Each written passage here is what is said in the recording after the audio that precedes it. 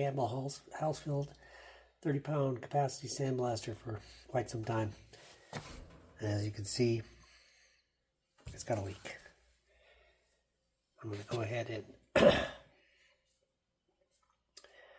drain the sand out of it into that bucket there, and I'm going to see if I can't do a little plastic welding to save it. So I've got these set of these Pittsburgh tools from Harbor Freight, panel screw removers. I guess that's what these are called. I'm going to see if I can't get this out of here. Oh, that's probably too big. Get a little tighter one. I got some spare ones. This one might be too small. Maybe it'll get it out. Maybe it'll do the job. I'll get underneath there. Let's pull it out.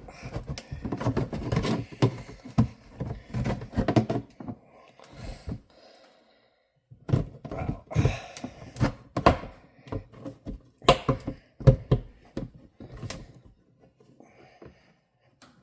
Just cut it. This should come right out, I think. There it goes. I'm gonna have to torque it. Like I say, I've got replacement tools. I just need to get this panel off so I can get to underneath there. I know this is not what a pro would do, but I'm far from being a pro. Alright, so let's see where we're at. Where's my little... There's the crack. I'm not sure if you can see that or not, but...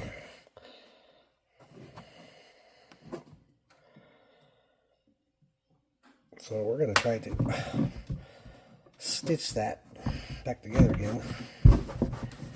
Keep this thing. I mean, it wasn't hampering its ability to work. It was just pissing me off that it was leaking sand all over the place everywhere I went.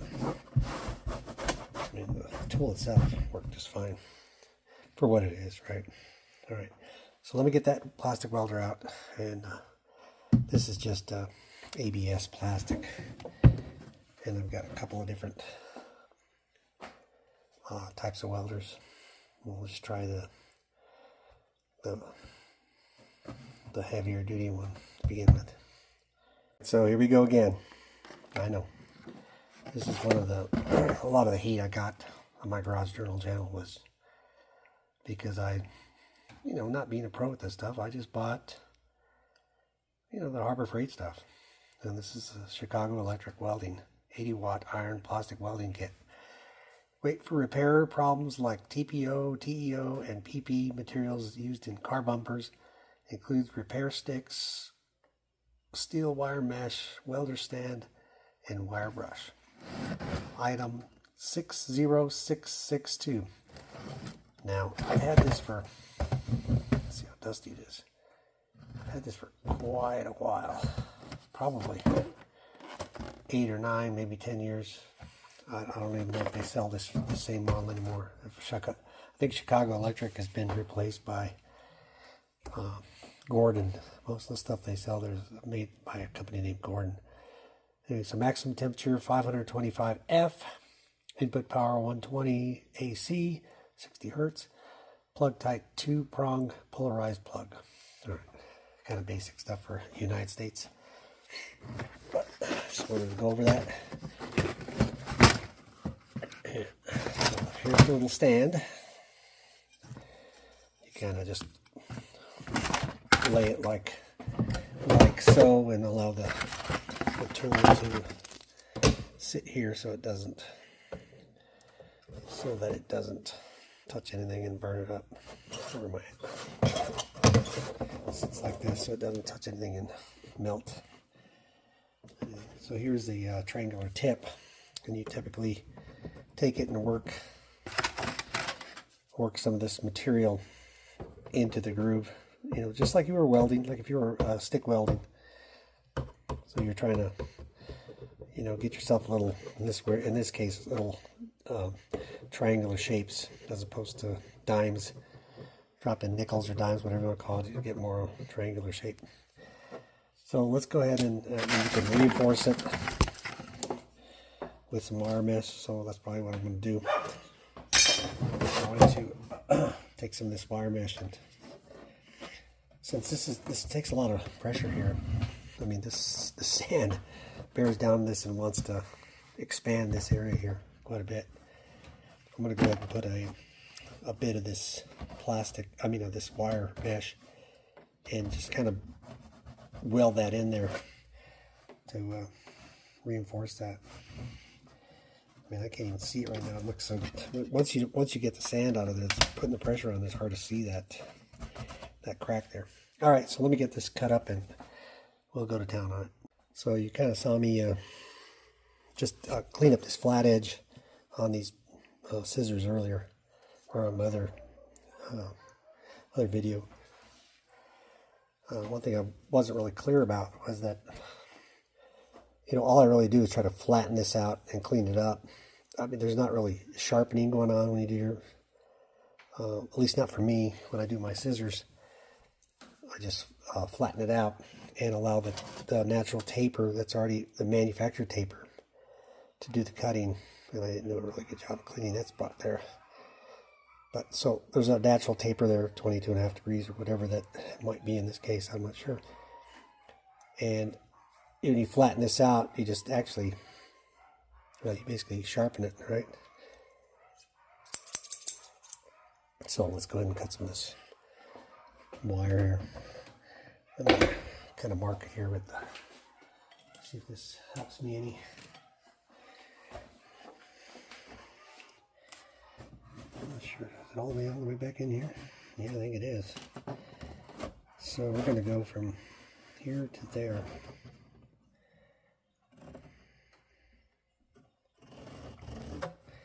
And let's cut that piece off there. And I know cutting this wire is not the greatest thing for these scissors, but that's what I use them for. I do have some tin snips, but that's what I've got these up here for quick access, for just this kind of real lightweight cutting. So just kind of force it, form it. Maybe go quite a bit beyond the, what I'm going to do is I'm just going to go drill a hole right there and right there to kind of stop the spread of the crack, and then fill it with plastic. So let me just go ahead and get that done real quick. I see, boy, what are you doing? Okay, what I did was I just marked what I perceive as the end of this crack here, and then again on the inside here, which I'm not sure I'm going to be able to show you because I got limited room with this this magnifying glass I'm going to use here. So we're going to go ahead and put a drill in here.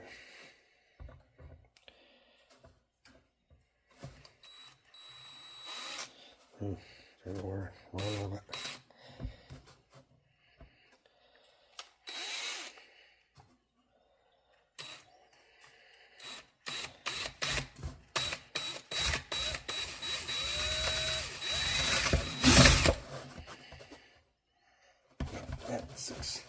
That was successful, even though it kind of started walking on me a little bit there.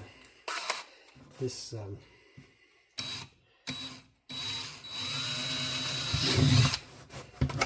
I'm a boomer, and I've had some DeWalt's and some Ryobi drills, and I had Craftsman also. I had another, the 19.5 volts, the regular old NiCad ones for years, and then I got the opportunity. My wife gave me the opportunity to get these upgrades, and I'm going to tell you that this chuck on this drill is garbage. That's another story for another time. So here we go. I went ahead and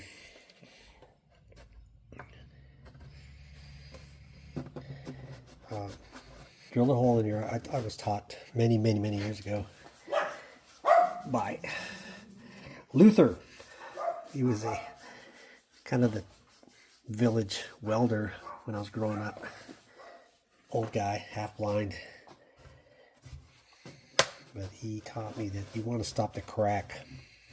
I forget what it was that I was trying to, it had to have been, you know, trying to make a chopper out of my bike, you know, back in those days when you would extend forks to the end of time so that you had your front wheel way out 6 feet in front of you, and then you crash. It all come snap and crash. Anyway, he told me that you'd want to stop the crack by drilling a hole. Anyway, so there you go. So all right, here we go. I've got this, my welder warming up here, and hopefully it's nice and toasty. And I'm going to go ahead and, you know, maybe get an alcohol. I don't know why, but I like to kind of clean things before I do anything with them. I don't know why it's bad. Maybe it's like a little prep, I guess.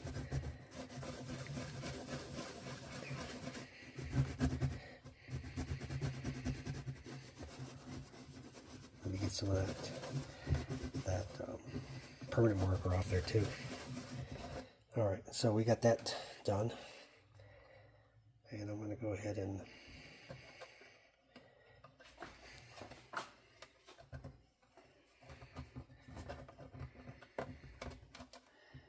you know what I'm going to do? I'm going to cut a little longer piece. I don't know why I didn't cut it longer to begin with. But let me cut a longer piece here. All right, so here we are. I'm going to go ahead and use the filler stick that I got with the tool. And I've also used, you know, regular zip ties before.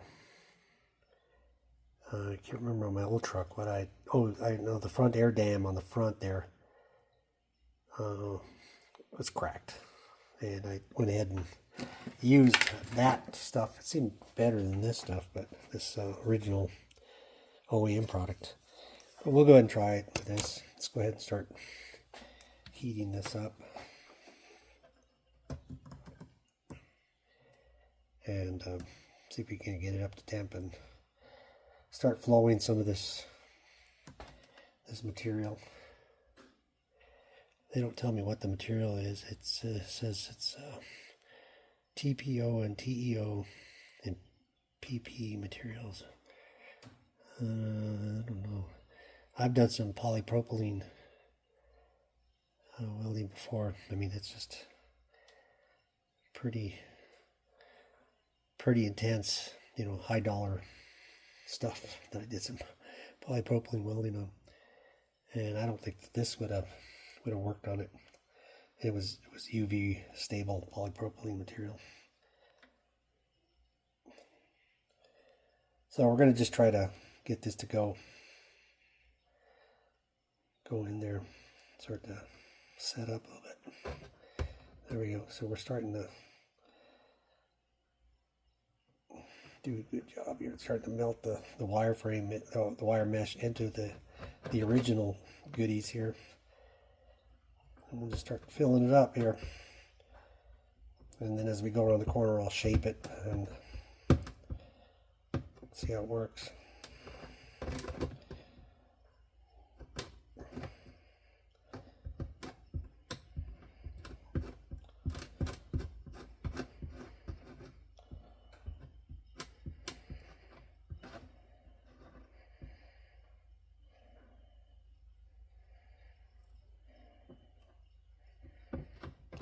Yeah, I got a little hot there, no doubt about it. Kind of embedded that really good, but maybe that's a good thing, maybe it's a bad thing, I don't know. Like I say, I'm not looking for dimes or triangular shapes. In this case, I'm just trying to fill that hole that I made, and then just kind of work this way and see if I can't get this crack to seal up. You know, you're please welcome all comments. Don't be too harsh on me. I mean, I'm a big boy, I can handle it, but understand that I'm a yahoo here. I'm not a plastic welder. But like I said, I have done some in the past. and pretty successfully. But as a matter of fact, I did a whole ABS vanity for my shop bathroom. It's pretty, you know, with a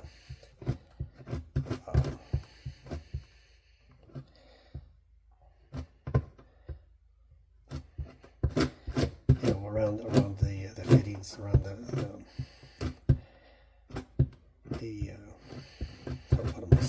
what am I saying? Around the faucet and ports. I was kind of happy with that way that turned out.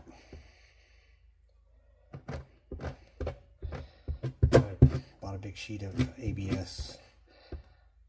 I don't know, it was like, wasn't that big. It's maybe 2x4 or something, 2x6, 2x8 piece of ABS plastic, and went ahead and made a vanity top.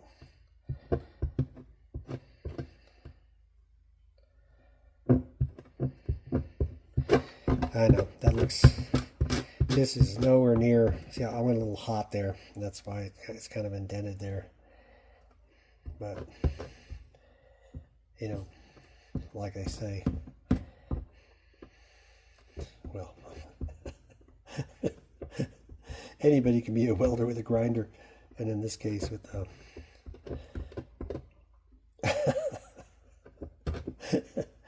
man, I don't know. In case extra stick. This is more like Bondo, right? Plastic Bondo. Just Bondo it up.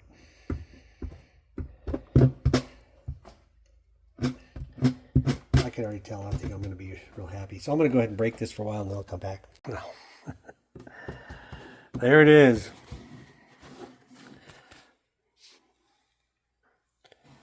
Like I say, I'm not going to worry about trying to sand this off and buff it off and make it look nice, but nicer. But I'm going to call that a win.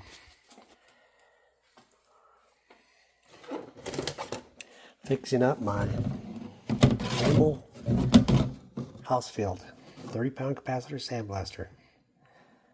Thing's been around a while, and dropped it and cracked it right here, and I'm hoping that I patched it using my trusty Chicago Electric welding kit, plastic welding kit, model number 60662. Not sure if they have it anymore, but it's well worth the, you know what, I don't even know what I paid for this. Probably about 19 bucks or something. All right, thanks.